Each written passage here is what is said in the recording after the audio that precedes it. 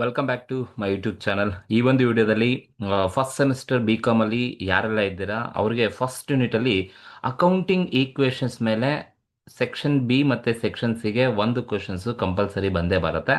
ಆ ಅಕೌಂಟಿಂಗ್ ಈಕ್ವೇಶನ್ಸ್ಗೆ ಸಂಬಂಧಪಟ್ಟಂತೆ ಯಾವ ಥರ ನೀವು ಆನ್ಸರ್ಸ್ ಅನ್ನ ಮಾಡಬೇಕು ಅನ್ನೋದನ್ನ ನಾನು ನಿಮಗೆ ಈ ಒಂದು ವಿಡಿಯೋದಲ್ಲಿ ತಿಳಿಸ್ಕೊಡ್ತೀನಿ. ಸೊ ಯಾರೆಲ್ಲ ನನ್ನ ಮುಂಚೆ ಅದಕ್ಕೂ ಮುಂಚೆ ಯಾರೆಲ್ಲ ನನ್ನ ಒಂದು ಯೂಟ್ಯೂಬ್ ಚಾನಲ್ಗೆ ಇನ್ನೂ ಸಬ್ಸ್ಕ್ರೈಬ್ ಮಾಡ್ಕೊಂಡಿಲ್ಲ ಆದಷ್ಟು ಬೇಗ ಸಬ್ಸ್ಕ್ರೈಬ್ ಮಾಡ್ಕೊಳ್ಳಿ ಅಂತ ರಿಕ್ವೆಸ್ಟ್ ಮಾಡ್ಕೊಳ್ತಾ ಬನ್ನಿ ಕ್ವಶನ್ಸ್ ಏನಿದೆ ನೋಡ್ತಾ ಹೋಗೋಣ. ಕ್ವಶನ್ಸ್ ಏನಿದೆಪ್ಪ ಅಂದ್ರೆ, mister Ramanashree started A business under the name of Ramanashree and company. The details of the transaction of his business are given below. So Ramanashree ಅನ್ನೋರು ಒಂದು ಬಿಸ್ನೆಸ್ ಅನ್ನ ಸ್ಟಾರ್ಟ್ ಮಾಡ್ತಾ ಇದ್ದಾರೆ. ಸೊ ಅವರ ಒಂದು ನೇಮಲ್ಲೇ ಸ್ಟಾರ್ಟ್ ಮಾಡ್ತಾ ಇದ್ದಾರೆ, ರಮಣಶ್ರೀ ಅಂಡ್ ಕಂಪನಿ. ಅದಕ್ಕೆ ಸಂಬಂಧಪಟ್ಟ ಡೀಟೇಲ್ಸ್ ಏನೆಲ್ಲ ಆಗಿದೆ ಬಿಸ್ನೆಸ್ ಟ್ರಾನ್ಸಾಕ್ಷನ್ ಕೊಟ್ಟಿದ್ದಾರಂತೆ. ಏನೇನು ಕೊಟ್ಟಿದ್ದಾರಪ್ಪ ಅಂದರೆ, first point, commence business with capital of ₹1 lakh. Second one, bought goods on credit from Ramesh 80,000.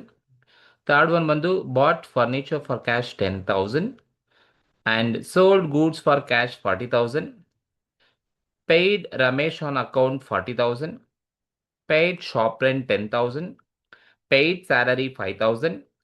Sold goods on credit to Vimal 25,000. Withdraw cash for personal use 10,000. Received commission 5,000. ನಮ್ಗೆ ಹೇಳಿದರೆ prepare accounting equation from the above transaction. Accounting equations ಅನ್ನ prepare ಮಾಡಿ ಅಂತ ಹೇಳಿದ್ದಾರೆ. So ಇದು question ಇರ್ತಕ್ಕಂಥದ್ದು. ಇದಕ್ಕೆ ನೀವು ಅಕೌಂಟಿಂಗ್ ಈಕ್ವೇಶನ್ಸ್ ಅನ್ನ ಮಾಡಬೇಕು. ಸೊ ಹೇಗೆ ಆನ್ಸರ್ ಮಾಡಬೇಕು ಅನ್ನೋದು ನಾನು ಪ್ರತಿಯೊಂದು ಟ್ರಾನ್ಸಾಕ್ಷನ್ಗೂ ಕೂಡ ಎಕ್ಸ್ಪ್ಲೈನ್ ಮಾಡಿಕೊಂಡು ಯಾವ ಥರ ಅಕೌಂಟಿಂಗ್ ಈಕ್ವೇಶನ್ಸ್ ಬರುತ್ತೆ ಅನ್ನೋದನ್ನು ಇನ್ ಡೀಟೇಲ್ ಆಗಿ ನಾನು ನಿಮಗೆ ಆನ್ಸರ್ ಮಾಡ್ಬೇಕಾದ್ರೆ ತಿಳಿಸ್ಕೊಡ್ತೀನಿ. ಸೊ ಬನ್ನಿ ಹೇಗೆ ಆನ್ಸರ್ ಮಾಡಬೇಕು, ನೀವು ಯಾವ ಥರ ಫಾರ್ಮೇಟ್ ಹಾಕೋಬೇಕು ಅಂತ ನೋಡ್ತಾ ಹೋಗೋಣ. ಸೊ ನೋಡಿ, ಅಕೌಂಟಿಂಗ್ ಈಕ್ವೇಶನ್ಸ್ ಅನ್ನ ಮಾಡಬೇಕು ಅಂತ ಹೇಳಿದ್ರೆ ಸೊ ನೀವು ಈ ತರ ಫಾರ್ಮ್ಯಾಟ್ ಅನ್ನ ಹಾಕೊಳ್ಳಿ. So accounting equations in the books of Ramanashree ಕಂಪನಿಯಲ್ಲಿ ಹಾಕೊಂಡಿರೋದು. So serial number first column, ಇಲ್ಲಿ ಡೇಟ್ ಕೊಟ್ಟಿದ್ರೆ ನೀವು ಡೇಟ್ ಅನ್ನ ಹಾಕೊಳ್ಳಿ. ಇಲ್ಲಿ ನನಗೆ ಡೇಟ್ ಕೊಟ್ಟಿಲ್ಲ, ಸೀರಿಯಲ್ ನಂಬರ್ ಕೊಟ್ಟಿರೋದ್ರಿಂದ ಸೀರಿಯಲ್ ನಂಬರ್. ಸೆಕೆಂಡ್ ಕಾಲಮ್ ಅಲ್ಲಿ ಪರ್ಟಿಕ್ಯುಲರ್ಸ್, ಅಂದ್ರೆ ಅಲ್ಲಿ ಏನು ಟ್ರಾನ್ಸಾಕ್ಷನ್ ಕೊಟ್ಟಿರ್ತಾರೆ ಆ ಟ್ರಾನ್ಸಾಕ್ಷನ್ ಅಷ್ಟೇ ತಗೋಬೇಕು. ನೆಕ್ಸ್ಟ್ ವೇರಿಯಬಲ್ ಎಫೆಕ್ಟ್ ಏನಾಗುತ್ತೆ ಅಂತ ನಾವು ನೋಡಬೇಕು. ದೆನ್ ಅಕೌಂಟಿಂಗ್ ಈಕ್ವೇಶನ್ ಯಾವಾಗಲೂ assets equals to liability plus capital. Asset ಯಾವಾಗಲೂ ಲಯಬಿಲಿಟಿ ಮತ್ತೆ ಕ್ಯಾಪಿಟಲ್ ಎರಡಕ್ಕೂ ಕೂಡ ಈಕ್ವಲ್ ಆಗಿರಬೇಕು, ಅದೇ ಅಕೌಂಟಿಂಗ್ ಈಕ್ವೇಶನ್.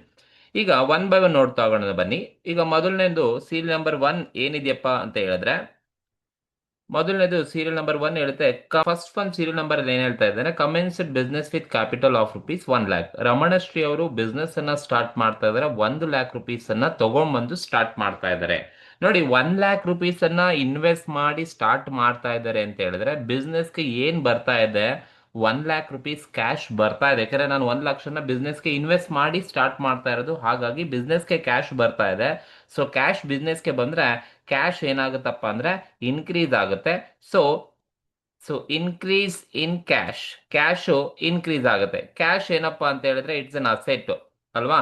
ಕ್ಯಾಶ್ ಇನ್ಕ್ರೀಸ್ ಆಗ್ತಾ ಇದೆ, ಕ್ಯಾಶು ಅಸೆಟ್. ಸೊ ಯಾವಾಗ ಅಸೆಟ್ ಕ್ಯಾಶ್ ಇನ್ಕ್ರೀಸ್ ಆಗುತ್ತೆ, ಸೊ ಯಾವಾಗ ಕ್ಯಾಶ್ ಇನ್ಕ್ರೀಸ್ ಆಗುತ್ತೆ ಅವಾಗ ಆಟೋಮ್ಯಾಟಿಕಲಿ ಕ್ಯಾಪಿಟಲ್ ಕೂಡ ಇನ್ಕ್ರೀಸ್ ಆಗ್ತಾ ಹೋಗುತ್ತೆ. So increases in cash is always leads to increases in capital. So ಯಾವಾಗ ಕ್ಯಾಶ್ ಜಾಸ್ತಿ ಆಗುತ್ತೆ ಅವಾಗ ಕ್ಯಾಪಿಟಲ್ ಕೂಡ ಜಾಸ್ತಿ ಆಗ್ತಾ ಹೋಗುತ್ತೆ. ಸೊ ಹಾಗಾಗಿ ಅಸೆಟ್ ಯಾವ್ದಪ್ಪ, ಇಲ್ಲಿ ಕ್ಯಾಶ್ ಬರ್ತಾ ಇದೆ, ಎಷ್ಟು ಬರ್ತಾ ಇದೆ ಅಂದ್ರೆ ₹1 lakh ಬರ್ತಾ ಇದೆ. ಸೊ ₹1 lakh ಅಸೆಟ್ ಜಾಸ್ತಿ ಆಗುತ್ತೆ ಕ್ಯಾಶ್. ಸೊ ಯಾವಾಗ ಅಸೆಟ್ ಜಾಸ್ತಿ ಆಗ್ತಾ ಹೋಗುತ್ತೆ, ಸೊ ಯಾವುದೇ ತರದ ಲಯಬಿಲಿಟಿ ಇಲ್ಲಿಲ್ಲ ಈ ಒಂದು ಟ್ರಾನ್ಸಾಕ್ಷನ್ಸ್ ಅಲ್ಲಿ. ಸೊ ಆಗ ಕ್ಯಾಶು 1 lakh ಇನ್ಕ್ರೀಸ್ ಆದ್ರೆ ಆಟೋಮ್ಯಾಟಿಕಲಿ ಕ್ಯಾಪಿಟಲ್ ಕೂಡ 1 ಲಕ್ಷ ಜಾಸ್ತಿ ಆಗ್ತಾ ಹೋಗುತ್ತೆ. ಸೊ ಇಲ್ಲಿ ವೇರಿಯಬಲ್ ಎಫೆಕ್ಟ್ ಇರೋದು ಕ್ಯಾಶ್ ಮತ್ತೆ ಕ್ಯಾಪಿಟಲ್ ಅಷ್ಟೇ. ಬಿಸ್ನೆಸ್ ಸ್ಟಾರ್ಟ್ನೆಸ್ ಅನ್ನ ಕಮೆನ್ಸ್ ಮಾಡ್ತಾ ಇದ್ರೆ ಕ್ಯಾಪಿಟಲ್ ಆಫ್ ₹1 lakh ಅನ್ನ ತಗೊಂಬಂದು, ಅಂದ್ರೆ 1 lakh ಬಿಸ್ನೆಸ್ ಇನ್ವೆಸ್ಟ್ ಮಾಡ್ತಾ ಇದ್ರೆ ಸೊ ₹1 lakh ಕ್ಯಾಶ್ ಜಾಸ್ತಿ ಆಯ್ತು, ಕ್ಯಾಶ್ ಅಸೆಟ್, ಅಸೆಟ್ ಇನ್ಕ್ರೀಸ್ ಆದ್ರೆ ಆಟೋಮ್ಯಾಟಿಕಲಿ ಕ್ಯಾಪಿಟಲ್ ಕೂಡ ಇನ್ಕ್ರೀಸ್ ಆಗ್ತಾ ಹೋಗುತ್ತೆ. ಸೊ ಹಾಗಾಗಿ ಈ ಒಂದು ಟ್ರಾನ್ಸಾಕ್ಷನ್ಗೆ ಕ್ಯಾಶ್ ಇನ್ಕ್ರೀಸ್ ಆದ್ರೆ ಆಟೋಮ್ಯಾಟಿಕಲಿ ಲಾಶ್ ಇನ್ಕ್ರೀಸ್ ಆದ್ರೆ ಕ್ಯಾಪಿಟಲ್ ಕೂಡ ಇನ್ಕ್ರೀಸ್ ಆಗುತ್ತೆ. ಸೊ ಇದು ಮೊದಲನೇ ಟ್ರಾನ್ಸಾಕ್ಷನ್ ಇರ್ತಕ್ಕಂಥದ್ದು. ಈಗ ಮೊದಲನೇ ಟ್ರಾನ್ಸಾಕ್ಷನ್ ಆದ ತಕ್ಷಣ ನೀವೇನ್ ಮಾಡಿ ಅಂದ್ರೆ ಬ್ಯಾಲೆನ್ಸ್ ಅನ್ನ ಮಾಡಬೇಕು. ದಟ್ ಈಸ್ ಬ್ಯಾಲೆನ್ಸ್ ಈಕ್ವೇಶನ್ಸ್ ಅನ್ನ ಬ್ಯಾಲೆನ್ಸ್ ಮಾಡಿ, that is new equation.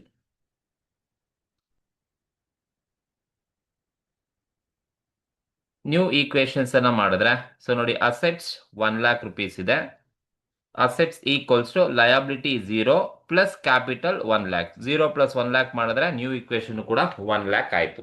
So ಇದು ಮೊದಲನೇ transaction. Commence business with cash ಅಥವಾ ಕ್ಯಾಪಿಟಲ್ ಅಂತ ಕೊಟ್ರೆ ನೀವು ಕ್ಯಾಶ್ ಮತ್ತೆ ಕ್ಯಾಪಿಟಲ್ ಎಫೆಕ್ಟ್ ಆಗೋದು. ಕ್ಯಾಶ್ 1 ಲಕ್ಷ ಜಾಸ್ತಿ ಆಗುತ್ತೆ, at the same time capital ಕೂಡ ಆಟೋಮ್ಯಾಟಿಕ್ ಆಗಿ 1 lakh ಜಾಸ್ತಿ ಆಗುತ್ತೆ. ಏನಿದೆಪ್ಪ ಅಂದ್ರೆ ನೋಡಿ ಇಲ್ಲಿ, bought goods on credit from Ramesh ಅಂದ್ರೆ ಗೂಡ್ಸ್ ಅನ್ನ ಪರ್ಚೇಸ್ ಮಾಡ್ತಾ ಇದ್ದಾರೆ ರಮೇಶ್ ಇಂದ, ಕ್ರೆಡಿಟ್ಗೆ ಪರ್ಚೇಸ್ ಮಾಡ್ತಾ ಇದ್ದಾರೆ ಅಂತ ಅರ್ಥ. So that is bought goods on credit from Ramesh. Ramesh ಇಂದ ಗೂಡ್ಸ್ ಅನ್ನ ಪರ್ಚೇಸ್ ಮಾಡ್ತಾ ಇದ್ರೆ, ಕ್ರೆಡಿಟ್ ಅಲ್ಲಿ ಪರ್ಚೇಸ್ ಮಾಡ್ತಾ ಇದ್ರೆ, ಎಷ್ಟಕ್ಕೆ ಅಂದ್ರೆ 80,000 ರುಪೀಸ್ಗೆ ಪರ್ಚೇಸ್ ಮಾಡ್ತಾ ಇದ್ದಾರೆ. ನೋಡಿ, ಯಾವಾಗ ಗೂಡ್ಸ್ ಅನ್ನ ಪರ್ಚೇಸ್ ಮಾಡ್ತಾ ಇದ್ದಾರೆ ಕ್ರೆಡಿಟ್ಗೆ ಅಂತ ಹೇಳಿದ್ರೆ, ಈಗ ನಾನು ಒಂದು ಅಂಗಡಿನಲ್ಲಿ ಗೂಡ್ಸ್ ಅನ್ನ ತಗೊಳ್ತೀನಿ. ಗೂಡ್ಸ್ ಅಂದ್ರೆ ಸ್ಟಾಕ್ಸ್ ಅನ್ನ ತಗೊಳ್ತೀನಿ. ಕ್ರೆಡಿಟ್ ಅಲ್ಲಿ ತಗೊಂಬಂದ್ರೆ ನನಗೆ ಗೂಡ್ಸು ಬರುತ್ತೆ, ಈ ಕಡೆ ಸಾಲನು ಕೂಡ ಜಾಸ್ತಿ ಆಗ್ತಾ ಹೋಗುತ್ತೆ. ಸರಿನಾ?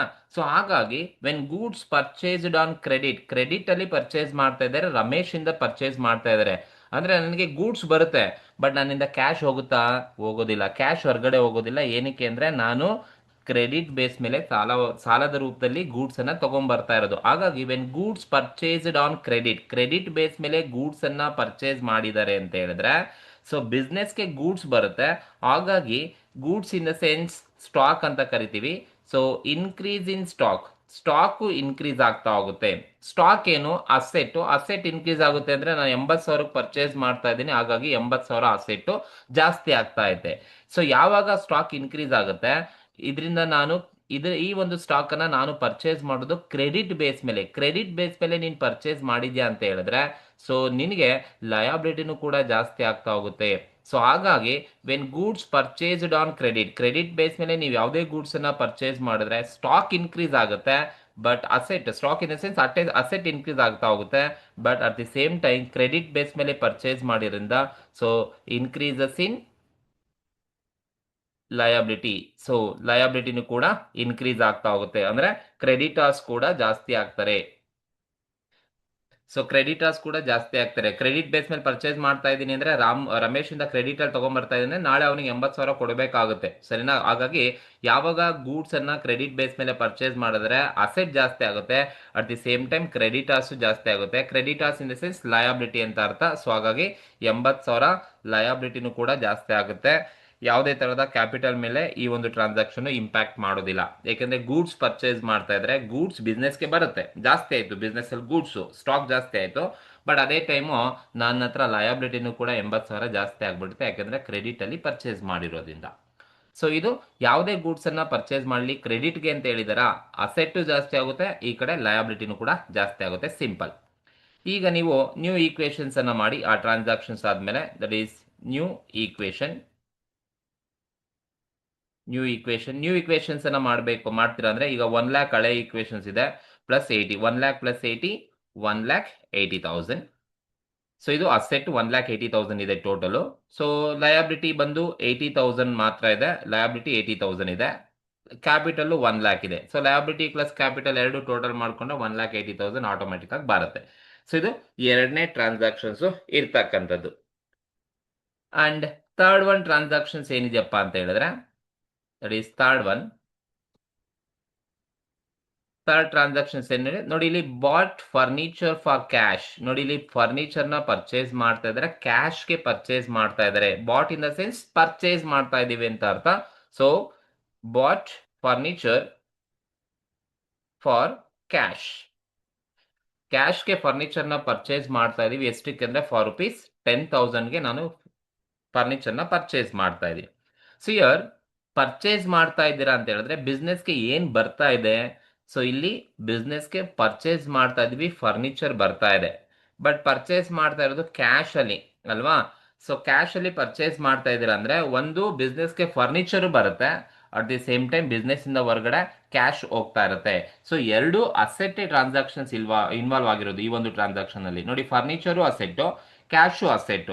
10,000 ವ್ಯಾಲ್ಯೂ ಇರ್ತಕ್ಕಂಥ ಫರ್ನಿಚರ್ ಬಿಸ್ನೆಸ್ ಒಳಗಡೆ ಬರುತ್ತೆ, 10,000 ಕ್ಯಾಶ್ ಹೊರಗಡೆ ಹೋಗುತ್ತೆ. ಹಾಗಾಗಿ ಯಾವ ಟ್ರಾನ್ಸಾಕ್ಷನ್ಸ್ ಅಲ್ಲಿ ಬರೀ ಅಸೆಟ್ಸ್ ಇನ್ವಾಲ್ವ್ ಆಗಿರುತ್ತೆ, ಸೊ ಆಗ ಈಕ್ವೇಷನ್ಸ್ ಮೇಲೆ ಯಾವುದೇ ಥರದ ಇಂಪ್ಯಾಕ್ಟ್ ಮಾಡೋದಿಲ್ಲ.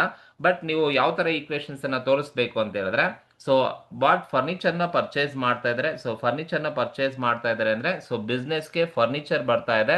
ಸೊ ಹಾಗಾಗಿ increases in furniture, furniture increase ಆಗುತ್ತೆ.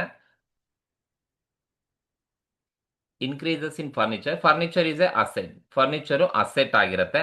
ಸೊ ಹಾಗಾಗಿ ಫರ್ನಿಚರು ಎಷ್ಟು ವ್ಯಾಲ್ಯೂ ಬರ್ತಾ ಇರೋದು, 10,000 ಬರ್ತಾ ಇರೋದು, 10,000 ವ್ಯಾಲ್ಯೂ ಜಾಸ್ತಿ ಆಗುತ್ತೆ. At the same time furniture business ಒಳಗಡೆ ಬರ್ತಾ ಇದೆ. ಬಿಸ್ನೆಸ್ ಇಂದ ಹೊರಗಡೆ ಏನು ಹೋಗ್ತಾ ಇದೆ, ಕ್ಯಾಶ್ ಹೋಗ್ತಾ ಇದೆ. ಯಾಕೆಂದ್ರೆ ಫರ್ನಿಚರ್ನ ಕ್ಯಾಶ್ ಅಲ್ಲಿ ನಾನು ಪರ್ಚೇಸ್ ಮಾಡ್ತಾ ಇರೋದು.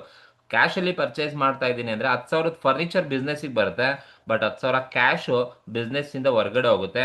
ಸೊ ಫರ್ನಿಚರ್ ವ್ಯಾಲ್ಯೂ ಇನ್ಕ್ರೀಸ್ ಆಗುತ್ತೆ, ಬಟ್ ಡಿಕ್ರೀಸಸ್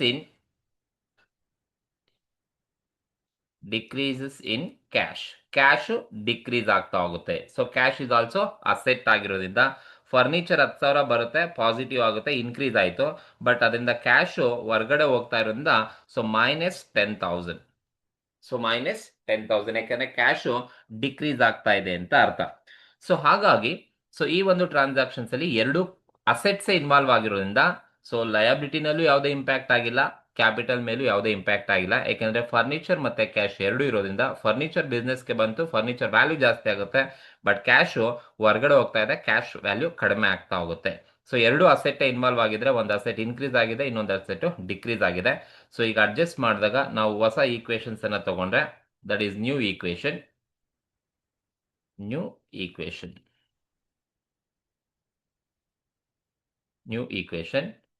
ಸೊ 1,80,000 ನಲ್ಲಿ ಪ್ಲಸ್ 10,000 ಆಡ್ ಮಾಡಿ ಆಮೇಲೆ -10,000 ನೀವು ಲೆಸ್ ಮಾಡ್ಕೊಂಡ್ರೆ ನಿಮಗೆ 1,80,000 ಬರುತ್ತೆ. 1,80,000 ಹೇಗೆ ಅಂತ ಗೊತ್ತಾಯ್ತಾ? ಸೊ ನೋಡಿ, ಈಕ್ವೇಶನ್ಸ್ ಮಾಡ್ತೀರಾ ಅಂದ್ರೆ ಇಲ್ಲಿ 1,80,000 ಇದೆ, ಇದಕ್ಕೆ ಇನ್ಕ್ರೀಸ್ ಆಗಿರೋದು 10,000 ಇದೆ. 10,000 ಇನ್ಕ್ರೀಸ್ ಆಗಿರೋ ವ್ಯಾಲ್ಯೂನ ಆಡ್ ಮಾಡಬೇಕು, ಡಿಕ್ರೀಸ್ ಆಗಿರೋ ವ್ಯಾಲ್ಯೂ 10,000ನ ಮೈನಸ್ ಮಾಡಿ, ಆಗ 1,80,000 ಬರುತ್ತೆ. ಹಾಗಾಗಿ ಎರಡು ಅಸೆಟ್ಸ್ ಇನ್ವಾಲ್ವ್ ಆಗಿದೆ, ಒಂದು ಅಸೆಟ್ ಇನ್ಕ್ರೀಸ್ ಆಗಿದೆ, ಇನ್ನೊಂದು ಅಸೆಟ್ ಡಿಕ್ರೀಸ್ ಆಗಿದೆ ಅಂದ್ರೆ ಯಾವುದೇ ತರದ ಈಕ್ವೇಶನ್ ಮೇಲೆ ಇಂಪ್ಯಾಕ್ಟ್ ಆಗೋದಿಲ್ಲ.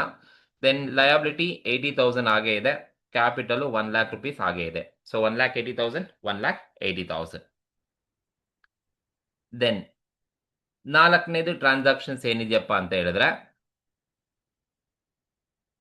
ಟ್ರಾನ್ಸಾಕ್ಷನ್ಸ್ ಏನಿದೆ ಅಂದ್ರೆ ನೋಡಿ, ಸೋಲ್ಡ್ ಗೂಡ್ಸ್ ಫಾರ್ ಕ್ಯಾಶ್ ₹40,000. ಕ್ಯಾಶ್ಗೆ ಗೂಡ್ಸ್ ಅನ್ನ ಸೇಲ್ ಮಾಡ್ತಾ ಇದ್ದಾರೆ, 40,000ಗೆ ಸೇಲ್ ಮಾಡ್ತಾ ಇದ್ದಾರೆ. So sold goods for cash 40,000ಗೆ ಯಾವ ತರ ನೀವು ಈಕ್ವೇಶನ್ಸ್ ಅನ್ನ ಮಾಡಬೇಕಪ್ಪ ಅಂದ್ರೆ, ಸೊ ನಾಲ್ಕನೇದು ಟ್ರಾನ್ಸಾಕ್ಷನ್ ಬಂದು ಸೋಲ್ಡ್ ಗೂಡ್ಸ್ ಫಾರ್ ಕ್ಯಾಶ್ 40,000 rupeesಗೆ ಸೇಲ್ ಮಾಡ್ತಾ ಇದ್ದಾರೆ. 40,000ಕ್ಕೆ ಗೂಡ್ಸ್ ಅನ್ನ ಸೇಲ್ ಮಾಡ್ತಾ ಇದ್ದಾರೆ. ನೋಡಿ, ಸೇಲ್ ಮಾಡ್ತಾ ಇದ್ದಾರೆ ಅಂದ್ರೆ ಗೂಡ್ಸ್ ಬಿಸ್ನೆಸ್ಗೆ ಬರ್ತಾ ಇದೆಯಾ, ಹೋಗ್ತಾ ಇದೆಯಾ? ಸೇಲ್ ಮಾಡ್ತಾ ಇದ್ದಾರೆ ಅಂದ್ರೆ ಬಿಸ್ನೆಸ್ ಇಂದ ಹೊರಗಡೆ ಹೋಗ್ತಾ ಇದೆ. ಹೊರಗಡೆ ಹೋದ್ರೆ, ನಮ್ಮಿಂದ ಹೊರಗಡೆ ಗೂಡ್ಸ್ ಹೋದ್ರೆ ಸ್ಟಾಕ್ ಕಡಿಮೆ ಆಗ್ತಾ ಇದೆ ಅಂತ ಅರ್ಥ, goods in the sense stock ಅಂತ ಅರ್ಥ. ಸೊ ಹಾಗಾಗಿ ಸ್ಟಾಕ್ ಏನಾಗುತ್ತೆ, ಡಿಕ್ರೀಸ್ ಆಗ್ತಾ ಹೋಗುತ್ತೆ. ಯಾಕಂದ್ರೆ ಸೇಲ್ ಮಾಡ್ತಾ ಇದ್ದೀನಿ, so decrease in stock decrease ಆಗ್ತಾ ಹೋಗುತ್ತೆ. Stock is an asset decrease ಆಗುತ್ತೆ, ಒಂದು ಅಸೆಟ್ ಸ್ಟಾಕ್ ಡಿಕ್ರೀಸ್ ಆಗುತ್ತೆ. ಬಟ್ ನನ್ನ ಹತ್ರ 40,000 ಸ್ಟಾಕ್ ಹೊರಗಡೆ ಹೋಯ್ತು, ಸೇಲ್ ಮಾಡಿದಕ್ಕೆ ಸ್ಟಾಕ್ ಹೋಯ್ತು. ಸೊ ಸ್ಟಾಕ್ ನ ಬದಲಾಗಿ ನನಗೇನು ಬರ್ತಾ ಇದೆ, ಸೊ ಕ್ಯಾಶ್ ಬರ್ತಾ ಇದೆ. ಸೊ ಸ್ಟಾಕ್ ಕಡಿಮೆ ಆಯ್ತು, ಬಟ್ ನನ್ನ ಹತ್ರ ಕ್ಯಾಶ್ ಏನಾಯ್ತು, ಸೊ ಇನ್ಕ್ರೀಸ್ ಆಯ್ತು. ಹಾಗಾಗಿ increase in cash. So stock ಕೂಡ ಅಸೆಟ್ಟೆ. ಸೊ ಸ್ಟಾಕ್ ಕಡಿಮೆ ಆಯ್ತು, ಬಟ್ ಅದ್ರ ಬದಲಾಗಿ ನನಗೆ ಕ್ಯಾಶ್ ಬಿಸ್ನೆಸ್ಗೆ ಬಂತು. ಸೊ ಎರಡೂ ಕೂಡ ಅಸೆಟ್ ಆಗಿರೋದ್ರಿಂದ ಸೊ ನನ್ನ ಹತ್ರ ಸ್ಟಾಕ್ ವ್ಯಾಲ್ಯೂ ಕಡಿಮೆ ಆಯಿತು. ಎಷ್ಟಪ್ಪ ಅಂದರೆ 40,000 ವ್ಯಾಲ್ಯೂ ಕಡಿಮೆ ಆಯಿತು. ಸೊ ಮೈನಸ್ ವ್ಯಾಲ್ಯೂ ತೋರಿಸ್ಬೇಕು, ಯಾಕಂದರೆ ಸ್ಟಾಕ್ ಕಡಿಮೆ ಆಗಿದೆ, 40,000 ಸ್ಟಾಕ್ ಕಡಿಮೆ ಆಯಿತು. ಬದಲಾಗಿ ಸ್ಟಾಕ್ ಹೋಗ್ಬಿಟ್ಟು ಸ್ಟಾಕ್ ಏನಾಗಿತ್ತು ಅಂತ ಹೇಳಿದ್ರೆ ಕನ್ವರ್ಟ್ ಆಗಿದೆ, ಕ್ಯಾಶ್ ಆಗಿ ಬಂದಿದೆ. ಯಾಕೆಂದರೆ ನಾನು ಸೇಲ್ ಮಾಡ್ತಾ ಇದ್ದೀನಿ, ಬಿಸ್ನೆಸ್ಸಿಂದ ಸ್ಟಾಕ್ ಹೊರಗಡೆ ಹೋಯ್ತು, ಬಟ್ ಬಿಸ್ನೆಸ್ಗೆ ಕ್ಯಾಶ್ 40,000 ಒಳಗಡೆ ಬಂದಿದೆ. ಸೊ 40,000 ಪಾಸಿಟಿವ್ ತಗೋಬೇಕು, ಯಾಕಂದ್ರೆ ಕ್ಯಾಶ್ ಪೊಸಿಷನ್ ಇವಾಗ 40,000 ಜಾಸ್ತಿ ಆಯಿತು.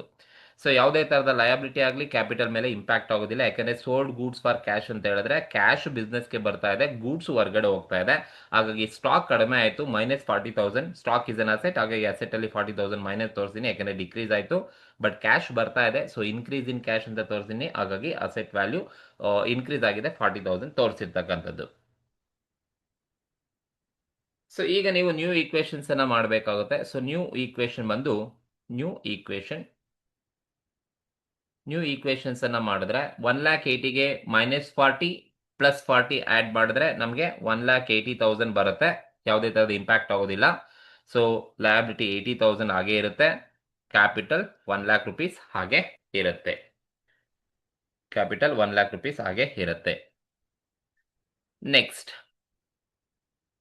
ದಿಸ್ ಇಸ್ ಫೋರ್ತ್ ಒನ್ ಇರ್ತಕ್ಕಂಥದ್ದು. ನೆಕ್ಸ್ಟ್ 5ನೇ ಟ್ರಾನ್ಸಾಕ್ಷನ್ಸ್ ಏನ್ ಹೇಳುತ್ತಪ್ಪ ಅಂತ ಹೇಳಿದ್ರೆ, so fifth one transaction paid Ramesh on account. ನೋಡಿ, ಪೇ ಮಾಡ್ತಾ ಇದ್ದಾರೆ ರಮೇಶ್ ಆನ್ ಅಕೌಂಟ್. ರಮೇಶ್ಗೆ ಪೇಮೆಂಟ್ ಮಾಡ್ತಾ ಇದ್ದಾರೆ 40,000. ನೋಡಿ, ಎರಡನೇ ಟ್ರಾನ್ಸಾಕ್ಷನ್ಸ್ ಅಲ್ಲಿ ನೀವು ಮೇಲೆ ಎರಡನೇ ಟ್ರಾನ್ಸಾಕ್ಷನ್ಸ್ ಅಲ್ಲಿ ನೀವೇನ್ ಮಾಡಿದ್ದೀರಾ ಅಂದ್ರೆ ಗೂಡ್ಸ್ ಅನ್ನ ಪರ್ಚೇಸ್ ಮಾಡ್ಕೊಂಡಿದ್ದೀರಾ, ಕ್ರೆಡಿಟ್ ಬೇಸ್ ಮೇಲೆ ಪರ್ಚೇಸ್ ಮಾಡ್ಕೊಂಡಿದ್ದೀರಾ. ರಮೇಶ್ ನಿಂದ ನಾನು ಗೂಡ್ಸ್ ಅನ್ನ ಪರ್ಚೇಸ್ ಮಾಡ್ಕೊಂಡಿದ್ದೆ, ಕ್ರೆಡಿಟ್ ಸಾಲಕ್ಕೆ ತಗೊಂಬಂದಿದ್ದೆ, 80,000ಕ್ಕೆ ಸಾಲ ತಗೊಂಬಂದಿದ್ದೆ ಗೂಡ್ಸ್ ಅನ್ನ. ಈಗ 5ನೇ ಟ್ರಾನ್ಸಾಕ್ಷನ್ಸ್ ಅಲ್ಲಿ ಏನ್ ಮಾಡ್ತಾ ಇದ್ದೀನಿ, ಪೇಯ್ಡ್ ರಮೇಶ್ ಅನ್ ಅಕೌಂಟ್. ಆ ರಮೇಶ್ಗೆ ನಾನು 40,000 ಪೇಮೆಂಟ್ ಮಾಡ್ತಾ ಇದ್ದೀನಿ. 40,000 ಪೇಮೆಂಟ್ ಮಾಡ್ತಾ ಇದ್ದೀನಿ ಅಂದ್ರೆ ನನ್ನಿಂದ ಹೊರ್ಗಡೆ ಏನೋಯ್ತಪ್ಪ ಅಂದ್ರೆ ಕ್ಯಾಶ್ ಹೊರ್ಗಡೆ ಹೋಗ್ತಾ ಇದೆ. ಸೊ 40,000 ಕ್ಯಾಶ್ ಹೊರಗಡೆ ಹೋಗ್ತಾ ಇದೆ. ಸೊ ಟ್ರಾನ್ಸಾಕ್ಷನ್ಸ್ ಏನಿದೆ ಅಂದ್ರೆ ಪೇಯ್ಡ್ ರಮೇಶ್ ಆನ್ ಅಕೌಂಟ್ 40,000, 40,000 ರೂಪಾಯಿನ ಪೇಮೆಂಟ್ ಅನ್ನ ಮಾಡ್ತಾ ಇದ್ದೀನಿ, ರಮೇಶ್ಗೆ ಪೇಮೆಂಟ್ ಮಾಡ್ತಾ ಇದ್ದೀನಿ. ಸೊ ಪೇಮೆಂಟ್ ಮಾಡ್ತಾ ಇದ್ದೀನಿ, ಪೇಯ್ಡ್ ಇನ್ ದ ಸೆನ್ಸ್ ನನ್ನಿಂದ ಹೊರಗಡೆ ಹೋಗ್ತಾ ಇದೆ ಅಂತ ಅರ್ಥ. ಏನ್ ಹೊರಗಡೆ ಹೋಗ್ತಾ ಇದೆ? ಯೂಶಲಿ ಕ್ಯಾಶ್ ಹೊರಗಡೆ ಹೋಗ್ತಾ ಇದೆ. ಹಾಗಾಗಿ ಕ್ಯಾಶ್ ಏನಾಯ್ತು? ಡಿಕ್ರೀಸ್ ಆಯ್ತು.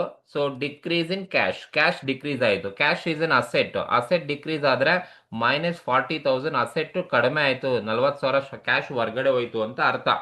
ಬಟ್ ನನ್ನ ಹತ್ರ 40,000 ಕ್ಯಾಶ್ ಹೊರಗಡೆ ಹೋಯ್ತು. ಓಕೆ, ಯಾರಿಗೆ ಪೇಮೆಂಟ್ ಮಾಡ್ತಾ ಇದ್ದೀನಿ? ರಮೇಶ್ಗೆ ಪೇಮೆಂಟ್ ಮಾಡ್ತಾ ಇದ್ದೀನಿ. ರಮೇಶ್ ಯಾರು? ಕ್ರೆಡಿಟಾರು. ಸೊ ನಾನು 80,000ಕ್ಕೆ ಪರ್ಚೇಸ್ ಮಾಡ್ಕೊಂಡ್ ಬಂದಿದ್ದೆ ಕ್ರೆಡಿಟ್ ಬೇಸ್ ಮೇಲೆ. ಈಗ ಆ ಕ್ರೆಡಿಟಾರ್ಗೆ 40,000 ಪೇಮೆಂಟ್ ಮಾಡ್ತಾ ಇದ್ದೀನಿ ಅಂದ್ರೆ ನನ್ನ ಹತ್ರ 40,000 ಲಯಬಿಲಿಟಿ ಏನಾಯ್ತು? ಕಡಿಮೆ ಆಯ್ತು ಅಂತ ಅರ್ಥ. So decrease in cash, at the same time decrease in creditor, decreases in creditor.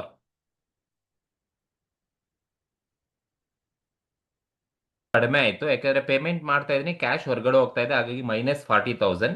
ಜೊತೆಗೆ ನಾನು ರಮೇಶ್ಗೆ ಪೇಮೆಂಟ್ ಮಾಡ್ತಾ ಇದ್ದೀನಿ, ರಮೇಶ್ ಇಸ್ ಎ ಕ್ರೆಡಿಟರ್. ನಾನು ಎರಡನೇ ಟ್ರಾನ್ಸಾಕ್ಷನ್ಸ್ ಅಲ್ಲಿ ಸಾಲದಲ್ಲಿ ತಗೊಂಬಂದಿದ್ದೆ. ಫಾರ್ ಎಕ್ಸಾಂಪಲ್, ನೀವು ಒಂದು ಅಂಗಡಿನಲ್ಲಿ 80,000ಕ್ಕೆ ಸಾಲ ತಗೊಂಬಂದಿದ್ದೀರಾ. ಸೊ ತಗೊಂಬಂದಾಗ ನೀವು ಸೆಕೆಂಡ್ ಟ್ರಾನ್ಸಾಕ್ಷನ್ ರೆಕಾರ್ಡ್ ಮಾಡಿದ್ದೀರಾ. ಈಗ 5ನೇ ಟ್ರಾನ್ಸಾಕ್ಷನ್ಸ್ ಅಲ್ಲಿ ಔಟ್ ಆಫ್ 80,000 ನೀವು 40,000 ಪೇಮೆಂಟ್ ಮಾಡ್ತಾ ಇದ್ದೀರಾ. 40,000 ಪೇಮೆಂಟ್ ಮಾಡ್ತಾ ಇದ್ದೀರಾ ಅಂದ್ರೆ ನಿಮ್ಮ ಹತ್ರ 40,000 ಕ್ಯಾಶ್ ಕಡಿಮೆ ಆಯ್ತು, ಕ್ಯಾಶ್ ಅಸೆಟ್ 40,000 ಕಡಿಮೆ ಆಯ್ತು. ಅಟ್ ದಿ ಸೇಮ್ ಟೈಮ್ ನೀವು 80,000 ಕೊಡಬೇಕಾಯಿತು ಲಯಬಿಲಿಟಿ, ಇವಾಗ 40,000 ಕೊಡ್ತಾ ಇದ್ದೀರಾ ಅಂದ್ರೆ ನಿಮ್ಮ ಲಯಬಿಲಿಟಿ ಕ್ರೆಡಿಟಾರು ಕೂಡ ಏನಾಯ್ತು? ಕಡಿಮೆ ಆಯ್ತು ಅಂತ ಅರ್ಥ. ಹಾಗಾಗಿ ಡಿಕ್ರೀಸಸ್ ಇನ್ ಕ್ರೆಡಿಟಾರ್ ಅಂತ ಟ್ರೀಟ್ ಮಾಡಬೇಕು. Creditor is A liability.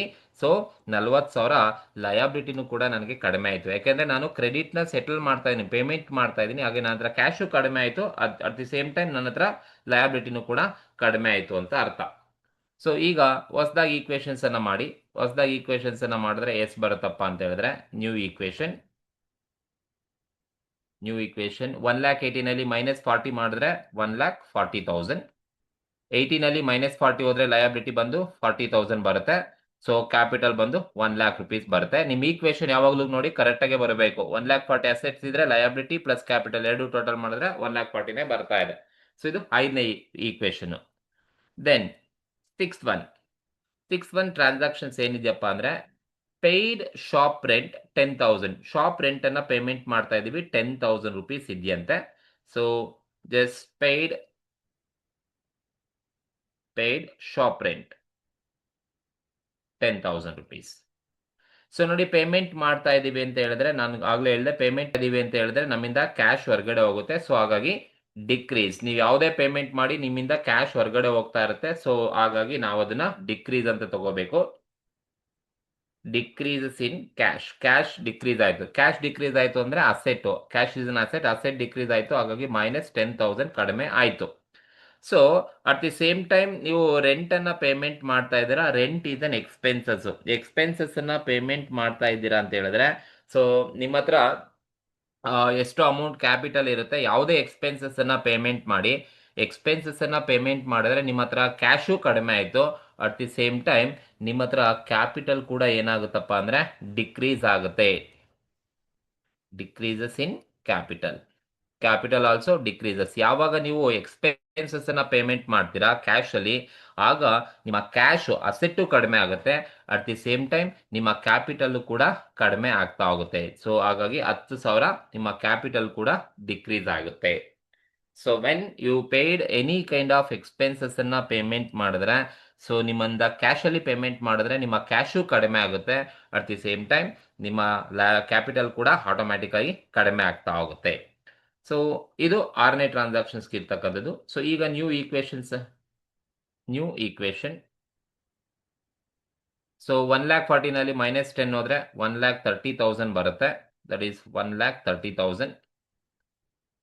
Then 40,000 ನಲ್ಲಿ ಹಾಗೆ ಇರುತ್ತೆ, ಯಾವುದೇ ಲಯಬಿಲಿಟಿ ಇಲ್ಲ. ಸೊ ಹಾಗಾಗಿ ಯಾವುದೇ ತರದ ಇಂಪ್ಯಾಕ್ಟ್ ಆಗೋಲ್ಲ, ಇಲ್ಲಿ ಲಯಬಿಲಿಟಿ 0.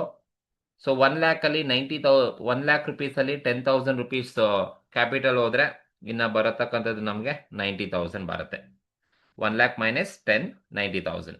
ಈಕ್ವೇಶನ್ಸ್ ಮಾಡಿ. ಈಗ ಅಸೆಟ್ 1,30,000 ಇದ್ರೆ ಲಯಬಿಲಿಟಿ 40 ಪ್ಲಸ್ ಕ್ಯಾಪಿಟಲ್ 90, 1,30,000 ಬರುತ್ತೆ. ಇದು 6ನೇ ಈಕ್ವೇಶನ್ಸ್. ನೆಕ್ಸ್ಟ್ 7ನೇ ಈಕ್ವೇಶನ್ಗೆ ಬಂದ್ರೆ, 7ನೇ ಈಕ್ವೇಶನ್ ಪೇಯ್ಡ್ ಸ್ಯಾಲರಿ 5,000. ನೋಡಿ, ಅಗೇನ್ ಪೇಯ್ಡ್ ಸ್ಯಾಲರಿನ ಪೇಮೆಂಟ್ ಮಾಡ್ತಾ ಇದ್ರೆ 5,000 ಅಂತ ಕೊಟ್ಟಿದ್ದಾರೆ. ಸೊ ಪೇಯ್ಡ್ ಸ್ಯಾಲರಿ 5,000 ರುಪೀಸ್ ಇದೆ. ಸೊ ನೋಡಿ, ನಾನಾಗ್ಲೇ ಹೇಳಿದೆ ಸ್ಯಾಲರಿನ ಪೇಮೆಂಟ್ ಮಾಡ್ತಾ ಇದ್ದೀರಾ ಅಂದ್ರೆ ನಮ್ಮಿಂದ ಏನ್ ಕಡಿಮೆ ಆಗ್ತಾ ಇದೆ, ಏನು ಹೋಗ್ತಾ ಇದೆ, ಪೇಮೆಂಟ್ ಮಾಡ್ತೇನೆ 5,000 ಕ್ಯಾಶ್ ಹೋಗ್ತಾ ಇದೆ. ಸೊ ಹಾಗಾಗಿ ಡಿಕ್ರೀಸ್ ಇನ್ ಕ್ಯಾಶ್ ಡಿಕ್ರೀಸ್ ಆಗ್ತಾ ಇದೆ. ಸೊ ಕ್ಯಾಶ್ ಡಿಕ್ರೀಸ್ ಆಗ್ತಾ ಇದೆ ಅಂತ ಹೇಳಿದ್ರೆ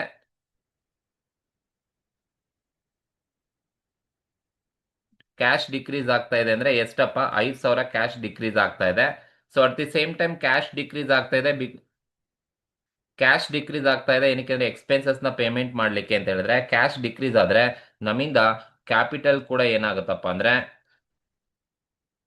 ಡಿಕ್ರೀಸಸ್ ಇನ್ ಕ್ಯಾಪಿಟಲ್. ಯಾಕಂದ್ರೆ ಎಕ್ಸ್ಪೆನ್ಸ್ ನ ಪೇಮೆಂಟ್ ಮಾಡ್ತಾ ಇದೀನಿ, ಹಾಗಾಗಿ ಕ್ಯಾಶು ಡಿಕ್ರೀಸ್ ಆಯ್ತು. ಅಟ್ ದಿ ಸೇಮ್ ಟೈಮ್ 5,000 ರೂಪಾಯಿ ನನ್ನ ಕ್ಯಾಪಿಟಲ್ ಕೂಡ ಡಿಕ್ರೀಸ್ ಆಯ್ತು. ಯಾವುದೇ ತರದ ಲಯಬಿಲಿಟಿ ಮೇಲೆ ಇಂಪ್ಯಾಕ್ಟ್ ಮಾಡೋದಿಲ್ಲ, ಯಾಕಂದ್ರೆ ಇದು ಎಕ್ಸ್ಪೆನ್ಸಸ್ ನ ಪೇಮೆಂಟ್ ಮಾಡ್ತಾ ಇರೋದ್ರಿಂದ ನನ್ನ ಕ್ಯಾಶು ಕಡಿಮೆ ಆಯ್ತು, ಕ್ಯಾಪಿಟಲ್ ಕಡಿಮೆ ಆಯ್ತು. ಸೊ ಈಗ ಹೊಸ ಈಕ್ವೇಶನ್ಸ್ ಅನ್ನ ಮಾಡಿದ್ರೆ, ಸೊ ನ್ಯೂ ಈಕ್ವೇಶನ್ ಬಂದು ನ್ಯೂ ಈಕ್ವೇಶನ್ 1,30,000 ನಲ್ಲಿ -5 ಮಾಡಿ. ಸೊ ಈ 1,30,000 ಅಲ್ಲಿ -5 ಮಾಡಿದ್ರೆ ನಮಗೆ 1,25,000 ಬರುತ್ತೆ. 1,25,000. 40 - 0 ಮಾಡಿದ್ರೆ ನಮಗೆ 40,000 ಹಾಗೆ ಇರುತ್ತೆ. 90 ನಲ್ಲಿ 5,000 ಲೆಸ್ ಮಾಡಿದ್ರೆ ನಮಗೆ 85,000 ರುಪೀಸ್ ನಮಗೆ ಸಿಗ್ತಾ ಹೋಗುತ್ತೆ. 85,000. ಸೊ ಈಗ ನೀವು ಕ್ರಾಸ್ ಚೆಕ್ ಮಾಡ್ಕೊಳ್ಳಿ. 1,25,000 ಅಸೆಟ್ ಇದೆ, 40 + 85, 1,25,000 ನಮಗೆ ಈಕ್ವೇಶನ್ಸ್ ಬರುತ್ತೆ. ಇದು 7ನೇದು. ದೆನ್ 8th ಒನ್ ಬಂದು sold goods on credit to Vimal 25,000. ನೋಡಿ, sold goods on credit to Vimal, ಇಲ್ಲಿ ಸೇಲ್ ಮಾಡ್ತಾ ಇದೀವಿ ಗೂಡ್ಸ್ ಇನ್ ಸೆನ್ಸ್ ಸ್ಟಾಕ್ ಅನ್ನ ಸೇಲ್ ಮಾಡ್ತಾ ಇದೀವಿ, ಕ್ರೆಡಿಟ್ ಬೇಸ್ ಮೇಲೆ ಸೇಲ್ ಮಾಡ್ತಾ ಇದೀವಿ. ನೋಡಿ, ವಿಮಲ್ಗೆ ಸೇಲ್ ಮಾಡ್ತಾ ಇದೀವಿ. ನಾವು ಗೂಡ್ಸ್ ಅನ್ನ ಸೇಲ್ ಮಾಡಿದ್ರೆ ನಮ್ಮಿಂದ ಸ್ಟಾಕ್ ಹೊರಗಡೆ ಹೋಯ್ತು, ಸರಿನಾ? ಬಟ್ ಕ್ಯಾಶ್ ಬಂತ? ಇಲ್ಲ, ಯಾಕಂದ್ರೆ ನಾನು ಕ್ರೆಡಿಟ್ಗೆ ಸೇಲ್ ಮಾಡೋದ್ರಿಂದ ನನಗೆ ಕ್ಯಾಶ್ ಬರ್ತಾ ಇಲ್ಲ, ಬದಲಾಗಿ ಡೆಟಾರ್ಸ್ ಬರ್ತಾ ಇದ್ದಾರೆ. ಸೊ ಹಾಗಾಗಿ sold goods on credit to Vimal ಯಾವ ತರ ಟ್ರೀಟ್ ಮಾಡ್ಬೇಕಪ್ಪ ಅಂತ ಹೇಳಿದ್ರೆ, that is 8th one transaction. 8th one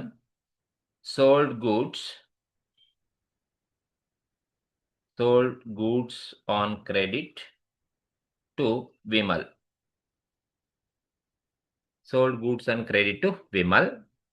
Sold goods to credit on sold goods and ವಿಮಲ್ಗೆ ಗೂಡ್ಸ್ ಅನ್ನ ಸೇಲ್ ಮಾಡ್ತಾ ಇದ್ದೀನಿ. ಎಷ್ಟಪ್ಪ ಅಂದ್ರೆ 25,000 ರುಪೀಸ್ಗೆ ಸೇಲ್ ಮಾಡ್ತಾ ಇದ್ದೀನಿ. ಸೊ 25,000. ನೋಡಿ, ನಾವು ಸೇಲ್ ಮಾಡ್ತಾ ಇದೀವಿ ಅಂದ್ರೆ ನಮ್ಮಿಂದ ಏನು ಹೊರಗಡೆ ಹೋಗ್ತಾ ಇದೆ? ಗೂಡ್ಸ್ ಹೊರಗಡೆ ಹೋಗ್ತಾ ಇದೆ. So decreases in goods in sense stock decrease ಆಗ್ತಾ ಇದೆ ಅಂದ್ರೆ stock is an asset decrease ಆಗ್ತಾ ಇದೆ. ಸೊ ಡಿಕ್ರೀಸ್ ಆಗ್ತಾ ಇದೆ ಅಂದ್ರೆ 25,000 ಕಡಿಮೆ ಆಗ್ತಾ ಇದೆ ಅಂತ ಅರ್ಥ. ಬಟ್ ನಾವು ಸೇಲ್ ಮಾಡ್ತಾ ಇದೀವಿ ಕ್ರೆಡಿಟ್ ಬೇಸ್ ಮೇಲೆ ಸೇಲ್ ಮಾಡ್ತಾ ಇರೋದ್ರಿಂದ ನನಗೆ ಕ್ಯಾಶ್ ಬರ್ತಾ ಇಲ್ಲ, ಬದಲಾಗಿ ಕ್ರೆಡಿಟ್ ನಾವು ಸಾಲದ ರೂಪದಲ್ಲಿ ಕೊಡ್ತಾ ಇದ್ದೀವಿ ಅಂತ ಹೇಳಿದ್ರೆ, ಸೊ ನನ್ನಿಂದ ಸ್ಟಾಕ್ ಹೊರಗಡೆ ಹೋಯ್ತು, ಬದಲಾಗಿ ನನಗೆ ಡೆಟಾರ್ಸ್ ಅಂತಕ್ಕಂಥವ್ರು ಕ್ರಿಯೇಟ್ ಆಗ್ತಾ ಇದ್ದಾರೆ. ಸೊ ಹಾಗಾಗಿ ಇನ್ಕ್ರೀಸ್ ಇನ್ ಕ್ರೆಡಿಟ್ ಡೆಟಾರ್ಸ್. ಸೊ ಇಲ್ಲಿ ನನ್ನಿಂದ ಗೂಡ್ಸ್ ಹೊರಗಡೆ ಹೋಯ್ತು, ಸ್ಟಾಕ್ ಕಡಿಮೆ ಆಯ್ತು, ಬದಲಾಗಿ ನನಗೆ ಡೆಟಾಸ್ ಕ್ರಿಯೇಟ್ ಆಗ್ತಾ ಇದ್ರೆ, ಡೆಟಾಸ್ ಜಾಸ್ತಿ ಆಗ್ತಾ ಇದ್ರೆ, so debtor is also asset ಆಗಿರೋದ್ರಿಂದ ಸೊ ಇಲ್ಲೇ ತಗೋಬೇಕಾಗುತ್ತೆ. ಅಸೆಟ್ ಜಾಸ್ತಿ ಆಗ್ತಾ ಇದೆ, ಪಾಸಿಟಿವ್ 25,000 ತಗೋಬೇಕು. ಒಂದು ಸ್ಟಾಕ್ ಹೊರಗಡೆ ಹೋಗ್ತಾ ಇದೆ, ಸ್ಟಾಕ್ ಕಡಿಮೆ ಆಯ್ತು, ಸೊ ಡೆಟಾಸ್ ಜಾಸ್ತಿ ಆಗ್ತಾ ಇದಾರೆ, ನಾನು ಸಾಲ ಕೊಟ್ಟಿದ್ದೀನಿ ಅವ್ರಿಗೆ, ವಾಪಸ್ ನಾಳೆ ನನಗೆ ಅವ್ರು ಕೊಡ್ಲೇಬೇಕು, ಹಾಗಾಗಿ ಡೆಟಾಸ್ ಜಾಸ್ತಿ ಆಗ್ತಾ ಇದಾರೆ. ಸೊ ಯಾವುದೇ ತರಹದ ಲಯಬಿಲಿಟಿ ಮೇಲಾಗ್ಲಿ ಕ್ಯಾಪಿಟಲ್ ಮೇಲೆ ಇಂಪ್ಯಾಕ್ಟ್ ಮಾಡೋದಿಲ್ಲ ಈ ಒಂದು ಟ್ರಾನ್ಸಾಕ್ಷನ್ಸ್. ಸೊ ಈಗ ನ್ಯೂ ಈಕ್ವೇಶನ್ಸ್ ಅನ್ನ ಮಾಡಿದ್ರೆ, ಸೊ ನಮಗೆ ಯಾವ ತರ ಈಕ್ವೇಶನ್ಸ್ ಬರುತ್ತಪ್ಪ ಅಂದ್ರೆ, ನ್ಯೂ ಈಕ್ವೇಶನ್ಸ್ ಅನ್ನ ಮಾಡಿದ್ರೆ, ಸೊ ಎರಡು ಅಸೆಟ್ಸ್ ಇರೋದ್ರಿಂದ ಸ್ಟಾಕ್ ಡಿಕ್ರೀಸ್ ಆಗಿದೆ, ಡೆಟಾಸ್ ಇನ್ಕ್ರೀಸ್ ಆಗಿರೋದ್ರಿಂದ, ಸೊ 1,25,000 ನಲ್ಲಿ -25, ಅದಾದ್ಮೇಲೆ +25 ಮಾಡಿದ್ರೆ, ಸೊ ನಮಗೆ ಯಾವುದೇ ತರದ ಇಂಪ್ಯಾಕ್ಟ್ ಆಗೋದಿಲ್ಲ, ಸೇಮ್ 1,25,000 ಆಗೇ ಇರುತ್ತೆ. ಅಟ್ ದಿ ಸೇಮ್ ಟೈಮ್ ಇಲ್ಲಿ 40,000 +0 40,000 ಬರುತ್ತೆ. ದೆನ್ ಕ್ಯಾಪಿಟಲ್ ಮೇಲೆ ಯಾವುದೇ ತರದ ಇಂಪ್ಯಾಕ್ಟ್ ಆಗಿಲ್ಲ, ಸೊ 85,000 ಹಾಗೆ ಇರುತ್ತೆ. ಸೊ ಇದು 8th ಒನ್ಗೆ ಇರ್ತಕ್ಕಂಥ ಒಂದು new equation. Next 9th one transactions ಏನಿದೆಯಪ್ಪ ಅಂತ ಹೇಳಿದ್ರೆ, ನೋಡಿ 9th ಟ್ರಾನ್ಸಾಕ್ಷನ್ಸ್ ಹೇಳುತ್ತೆ, withdraw cash for personal use ₹10,000. Withdraw cash for personal use ₹10,000.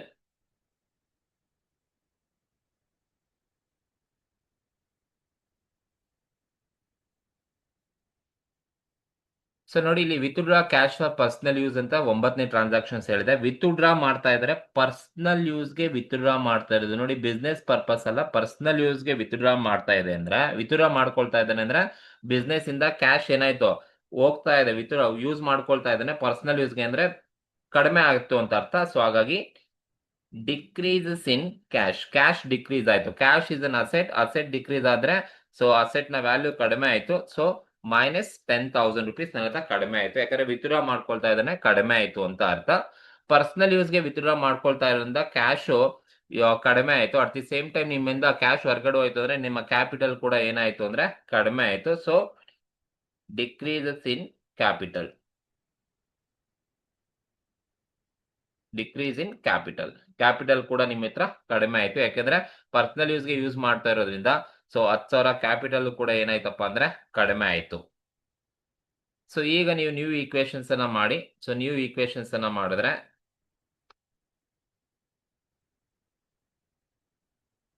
New equations ಅನ್ನ ಮಾಡಿದ್ರೆ 1,25,000 ನಲ್ಲಿ 10,000 ಹೋದ್ರೆ 1,15,000, ದೆನ್ ಸೊ ಇಲ್ಲಿ 40,000 ಹಾಗೆ ಬರುತ್ತೆ.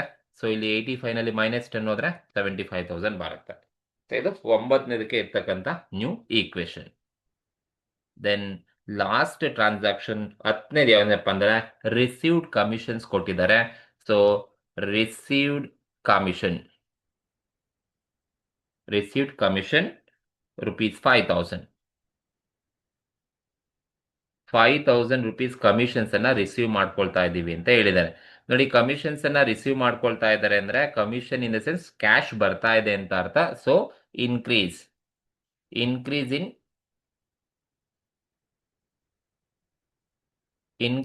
ಕ್ಯಾಶ್, ಕಮಿಷನ್ ರಿಸೀವ್ ಮಾಡ್ಕೊಳ್ತಾ ಇದ್ದಾರೆ ಅಂದ್ರೆ 5,000 ಕ್ಯಾಶ್ ಬರ್ತಾ ಇದೆ, ಕ್ಯಾಶ್ ಇನ್ಕ್ರೀಸ್ ಆಗ್ತಾ ಇದೆ. ಸೊ ಇನ್ಕ್ರೀಸ್ ಆಗ್ತಾ ಇದೆ ಅಂದ್ರೆ 5,000 ನನ್ನ ಹತ್ರ ಜಾಸ್ತಿ ಆಗ್ತಾ ಇದೆ. Asset, cash is an asset.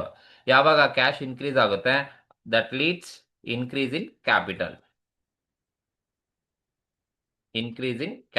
Capital ಕೂಡ ಏನಾಯ್ತು ಜಾಸ್ತಿ ಆಯ್ತು, ಕ್ಯಾಪಿಟಲ್ ಕೂಡ ಇನ್ಕ್ರೀಸ್ ಆಗ್ತಾ ಇದೆ. ಸೊ ಹಾಗಾಗಿ ಸೊ ಲಯಬಿಲಿಟಿ ಮೇಲೆ ಬರೋದಿಲ್ಲ.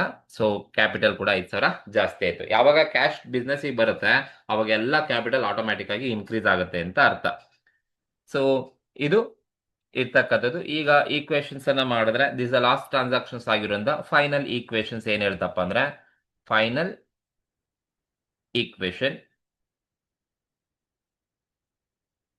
ಈಕ್ವೇಶನ್ಸ್ ಏನ್ ಬರುತ್ತಪ್ಪ ಅಂದ್ರೆ 1,15,000ಗೆ 5,000 ಆಡ್ ಮಾಡಿದ್ರೆ 1,20,000. ಸೊ ಇಲ್ಲಿ 40,000 ಹಾಗೆ ಇರುತ್ತೆ ಪ್ಲಸ್ 80,000. ಸೊ ಈಗ ನೀವು ಎರಡನ್ನ ಅಡ್ಜಸ್ಟ್ ಮಾಡಿದ್ರೆ, ಸೊ ನೋಡಿ, ಸೊ ಈಗ ನೀವು ಈಕ್ವೇಶನ್ಸ್ ಅನ್ನ ಮಾಡಿದ್ರೆ asset equals to liability. So ನಮ್ಗೆ 1,20,000 ಇದೆ. ಸೊ ಈಗ ಲಯಬಿಲಿಟಿ ಪ್ಲಸ್ ಕ್ಯಾಪಿಟಲ್ 40 + 80 ಎರಡು ಅಡ್ಜಸ್ಟ್ ಮಾಡಿದ್ರೆ 1,20,000. ಸೊ ನೋಡಿ, ಸೊ ಈ ತರ ನೀವು ಈಕ್ವೇಶನ್ಸ್ ನ ಮಾಡಬೇಕು. Assets equals to liability plus capital. ಈಗ ಅಸೆಟ್ 1,20,000 ಇದ್ರೆ ಲಯಬಿಲಿಟಿನೂ ಕೂಡ 1,20,000 ಇದೆ. ಸೊ ಈ ತರ ಈಕ್ವೇಶನ್ಸ್ ಅನ್ನ ಮಾಡಬೇಕಾಗುತ್ತೆ. ಸೊ ಇದು 10 ಈಕ್ವೇಶನ್ಸ್, 10 ಟ್ರಾನ್ಸಾಕ್ಷನ್ಸ್ಗೆ ಹೊಸದಾಗಿ ಈಕ್ವೇಶನ್ಸ್ ಅನ್ನ ಮಾಡಿರ್ತಕ್ಕಂಥದ್ದು.